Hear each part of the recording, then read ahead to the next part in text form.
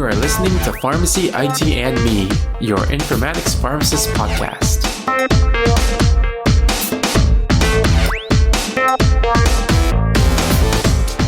Hey everyone, this is Tony Dow, and welcome to another episode of Pharmacy, IT, and Me. As with every episode, we start off this one stating that the intended audience for this episode are newcomers to pharmacy informatics or currently working pharmacists. The last two educational content episodes were focused on visioning and readiness assessments, so we're going to continue that conversation here with goal setting. I know that I've talked about SMART goals in the past, and I'll briefly go over that again in this one, but we'll take a closer look into some of the more detailed goal setting strategies. So goal setting. Goal setting is another aspect that provides significant value to implementing a new electronic system. Just even talking about goals would be able to help educate people about the product that is in question.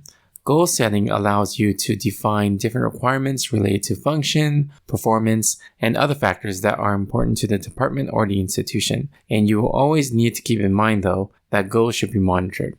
So let's talk about the goal setting parts. So before we go into the topic of SMART goals acronyms, let's talk about the goal setting in general. One of the major aspects of success is when a goal is defined and someone actually takes ownership of that goal. So, for example, if an institution defines that they should reach CPOE levels of 80% usage, there should be a group that would take ownership of meeting that goal. If there's no ownership of the goal and then the goal isn't being met, then there isn't any measure of success or feeling of accountability. If a group actually owns it, let's say the physician informaticist, if they own it, then it may be more likely that there's some headway to meeting that goal and becoming more successful. Another thing about goal setting, if you're part of a project where you contribute to deciding which product you're going to be choosing or using, be sure to distinguish what's best for the institution from what's best for your own department or even for your own personal goals. Sometimes goals are defined at the organizational level that deals with things like finances and ease of implementation and resources, but the actual department goals may be overlooked. So it's important to keep all goals in mind when making a decision, but also be able to distinguish them from each other. So let's get into the SMART acronym, so S-M-A-R-T. The SMART acronym refers to the type of goals that you should be creating. So SMART's broken down as follows. S means specific. M means measurable. A is for achievable. R is realistic. And T is time-based. So you can't just create a goal that says, improve patient care or improve satisfaction. How are you going to be measuring those goals to show that you were successful? You need to use the SMART acronym to help formulate goals that are objective and can show value when you measure them.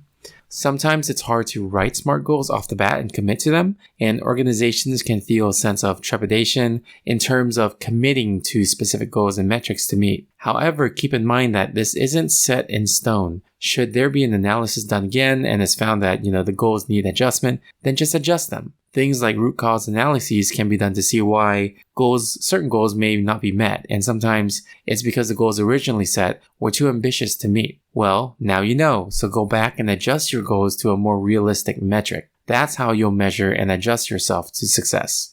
So hopefully you got a little bit better understanding on the goal setting process, and hopefully you can use this in your future projects. Goals are essential in HIT product selection, contract negotiations, and more. And maybe in the future, we'll revisit these specific examples.